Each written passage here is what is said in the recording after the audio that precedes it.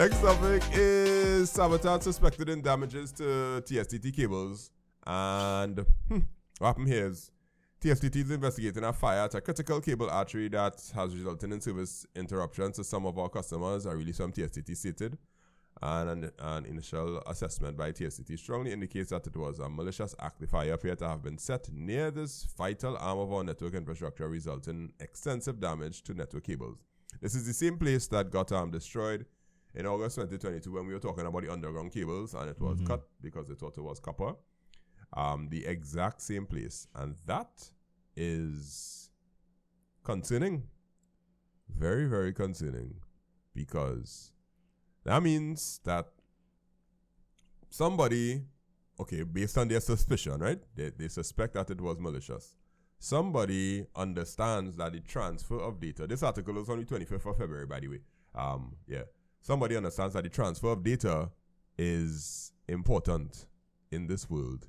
And if they want to cause a problem, you don't go and try to fight down taking current. You don't go and try to fight down sabotage and WASA. If you sabotage fiber optic cables, you could cause more harm than many other places. I mean, why would someone want to do this? Cause I look at it this way. Last year when they did it, they cut the copper, the wires underground, and they kind of attributed to the scrap iron dealers trying to, because around that time we had that big fiasco and stuff with these people stealing copper or whatever, But this time around, it seemed like an attack, like arson. They tried to burn down the place. So, one, why do that? If does somebody have a vendetta out for TSTT, And two, do the authorities owe the scrap iron dealers an apology? That's it. Wait, I didn't expect you to say that. But let me see if we can talk about question one. One is if somebody have a vendetta. I think that this is okay, there is no good thing about this, right? But it is a good thing that somebody out there realizes that data transfer in this day and age is ridiculously important. And if you want to really damage anybody or anything, you attack their data. If you attack somebody's data, like the kind of way that people just go when a profile get hacked or whatnot, people just go tizzic, just go crazy because this is all my photos, this is all thing and whatnot. It's almost like again robbed digitally. It's like taking something out away from you, especially if you have a big following, a big account, if you're an influencer, if you make money off of your social media profile. So this is kind of like to me, somebody realizing, well, if I want to hurt somebody now, if I want to hurt a big company, I will attack their data. Now, this is the lowest level of hacking here. When you think about it, the lowest level of hacking is the physical layer. You take away the physical connection, you have hacked somebody there. And if I was TSTT, I would start to secure these places in a big way, but security requires money. It's a cost, Yeah, it's a cost. And now, if they light a fire, that means the cables would have had to be exposed or something like that to get work. Because if it was fully underground, it shouldn't, because I don't know where the site is, I don't know what's going on. But if it's a malicious attack, it could happen again. And all those sites that have these cables, one, the cables had to be fully underground, and if they do come above ground, they had to be housed in some sort of building or heat resistant. Yeah, heat resistant or some kind of thing. And like again, it come back to security, because even if you have it housed in wherever, somebody could come with something that could probably cut it or infiltrate it. Yeah. So like data security doesn't start with having a firewall. Data security actually starts with having your cables physical infrastructure. Because you're talking about we talking about the cloud and Azure and stuff like that.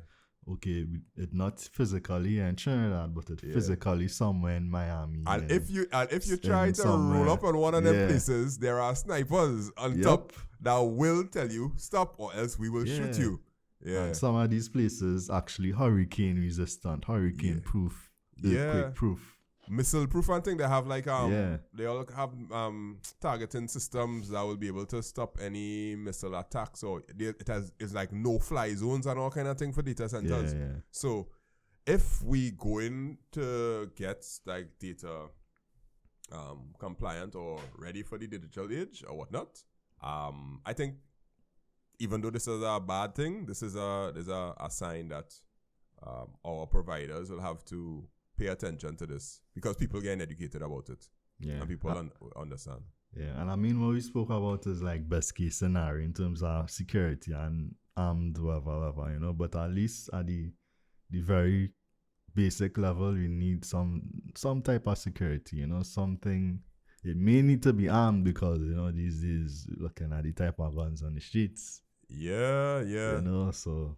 But you ever see a Wassa pump station? Barbed wire off and thing and high fences and tech crew. Tech stations. Well, I know people in wild enough to go and try and sabotage a TNT because you'll get shocked. But with Wassa, I know there are a few pumps and places that would have gone through sabotage in different areas, and certain places didn't have water because they sabotage the pumps and thing. And then Wassa started to like barbed wire up these places real serious and gate and they change the way the plumbing and piping and all that stuff was done.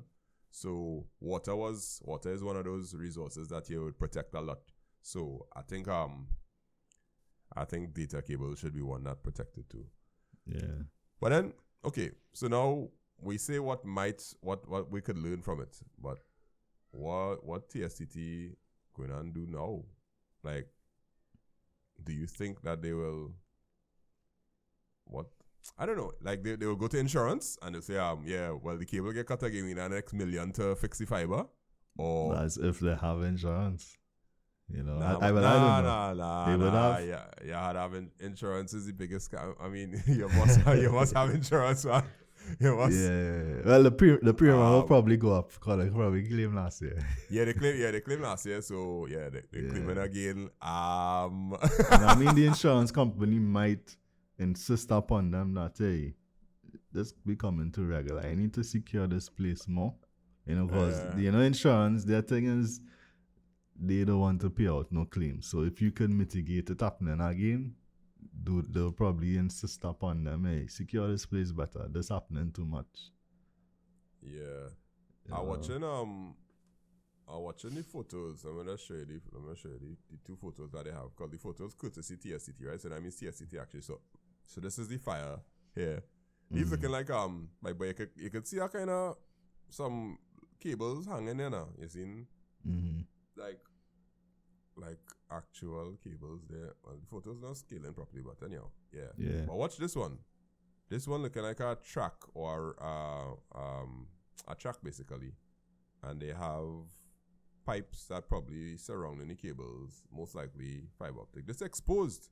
This fully like is a raceway of cables, and that not good look. Plus the place real bushy too, like. It's not looking like it inside a compound or anything. Yeah, a compound or anything. It's looking like it just probably come from underground. They couldn't pass it underground, so they just rest it on this metal thing and probably need to. I don't know if there's surveillance. They probably need to set that up too. You know. Yeah, because this one here is literal bush. Like you are in this is just a bushy area with pipes passing through. Yeah. But how this could be a critical cable artery and it surrounded by bush. I'm not feeling it. I'm not feeling that's not a good look. That's not a good look. But the price of progress requires some pain. So I guess we go live with it.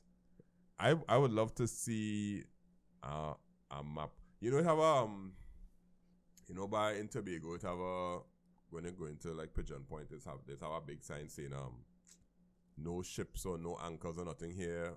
Cable, data cable running or whatnot, right? Because they have a data cable that was coming by Storby, and you could see that it going to like a building or whatnot. I think it's TSTT on it, right? But that's the cable that's connecting Trinidad to Tobago, so Tobago could get internet. And they have a big sign saying, "Don't go there." And when you go up Toko, you could see the other sign, and you could see where the cable running and whatnot.